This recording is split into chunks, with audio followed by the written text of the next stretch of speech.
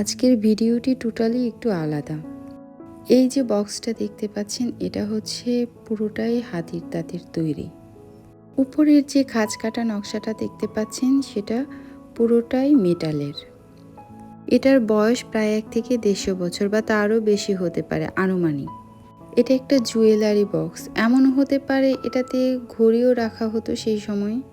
আমার শাশুড়ির থেকে পাওয়া এই বক্সটি উনি পেয়েছিলেন উনার শাশুড়ির থেকে। বক্সটির উপরের মেটালের যে কাজটি এত সুন্দর আর এত নিখুঁত, এখনকার সময়ের যে কারিগর আছে তারা এরকম কাজ করতে পারবে কিনা সন্দেহ আছে। এখন যে বক্সটি দেখতে পাচ্ছেন, এটা হচ্ছে স্বর্ণের একটা লকার। আমার শ্বশুর শাশুড়ি থেকে শোনা এই বক্সে নাকি আমার ঠাকুমা শাশুড়ির স্বর্ণ থাকতো।